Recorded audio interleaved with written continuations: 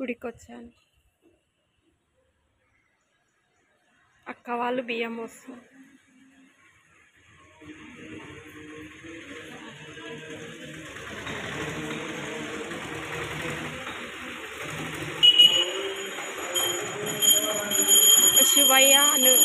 శివయ్య ఆశీస్సులు అందరిపై ఉండాలని కోరుకుంటున్నా.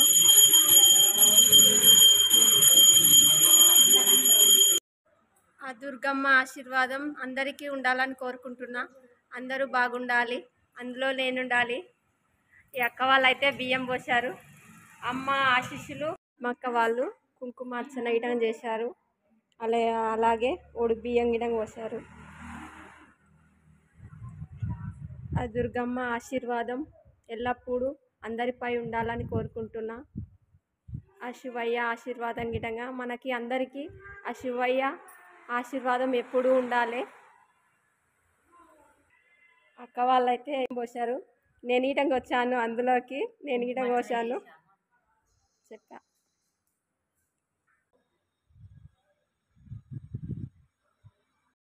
ఈరోజు బట్టలు అయితే ఎక్కువ ఉన్నాయి. ఒకదానికి యాస్ట్ వస్తుంది. ఈయనైతే మా మామ హాస్పిటల్ ఉండు, నలుగురు తాతలు, ఇంకో తాత కొడుకు హాస్పిటల్ ఉండు. ఇక మా వాళ్ళందరూ వెళ్ళిరు చూడడానికి. ఇక నేనైతే బట్టలు చేస్తున్నా. బ్లౌజులు ఉన్నాయి, కుట్టేది ఉంది. ఎలా కుట్టాలనో ఏమో, ఏం చేయాలనో. పండుగ వరకు ఇచ్చేది ఉంది. బ్లౌజులు అయితే కటింగ్ చేశాను కానీ కుట్టలేదు. పండుగ వరకు అయితే అని అనుకున్నా కానీ కుట్టడానికి అయితే టైం లేదు. బట్టలు అయితే ఇవాళ కొత్త బట్టలు గిడంగా వచ్చాయి, ఐరన్ చేసేటివి. కొత్త పాయింట్లు వచ్చాయి. అంగులు తీసుకొస్తాడు అన్న. మళ్ళీ ఈ బట్టలు అయితే కలర్ అవుతుందో ఏమో. ఇవాళ అయితే కాలు చేతులు గుంజుతున్నాయి. ఇద్దరు చేసి యాస్ట్ రాదు. ఒకరికి వేస్తే యాస్ట్ వస్తుంది, ఒకరే వేయాలి కాబట్టి. ఇద్దరు చేస్తే చేసినట్టు అనిపించదు. ఒక్కదాన్ని చేసినందుకు ఇవాళ అయితే యాస్ట్ వస్తుంది.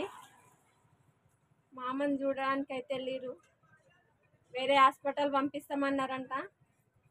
అందుకని ఆడికి వెళ్ళి అడ్మిట్ చేసినాక వస్తామని ఫోన్ చేసిరు.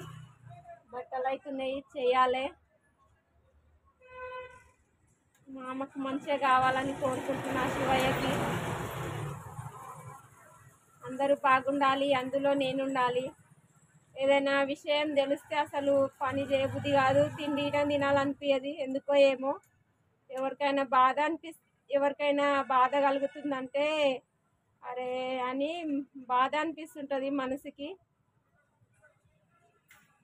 ఎందుకంటే హాస్పిటళ్ళలో తిరిగి చూసినాం కదా, అందుకనే వాళ్ళ పరిస్థితి చూస్తే బాధ అనిపిస్తుంది. మా అమ్మకి ఒక కొడుకో బిడ్డే, అత్తమ్మ చనిపోయింది. బిడ్డకి పెళ్ళి అయింది, పిల్లలు ఉన్నారు. అబ్బాయికి ఇంకా కాలేదు, మ్యారేజ్ కాలేదు, చదువుకుంటుండు. ఆమె చనిపోయిన నుండి ఆయనే అప్లిగాడే చూసుకుండు. ఇప్పుడు హాస్పిటల్ ఐటం ఉండు చూసుకుంటుండు. ఇక ఏంటంటే హాస్పిటల్లో వెనుక ఉండి ముందు ఉండి నడిపించే వాళ్ళు పెద్ద మనుషులు ఉండాలి. అప్లిగానికి ఏం తెలియదు.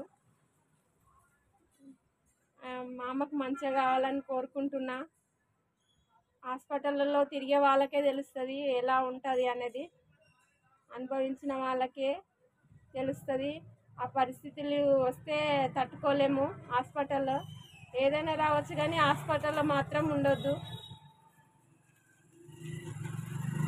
ఏదైనా విషయం తెలిస్తే అసలు పని చేయాలనిపించదు, తిండి తినాలనిపించదు. అదే టెన్షన్ అవుతుంది. ఎందుకో ఏమో మరి నాకైతే ఏం పని చేయబుద్ధి అయితే లేదు. ఆలోచన టెన్షన్ నెత్తిన వస్తుంది. ఎట్లా అవుతుంది, మా అమ్మకు మంచిగా ఉండాలి అని అనుకుంటున్నా. ఆ దుర్గమ్మకి మొక్కుతున్నా మంచిగా ఉంచు దుర్గమ్మ అని. అందరూ బాగుండాలి, అందులో నేను ఉండాలని కుట్టా. ఎప్పుడు అందరూ బాగుండాలని కోరుకోవాలి, అప్పుడే మనం బాగుంటాం. ఓం నమః శివాయ.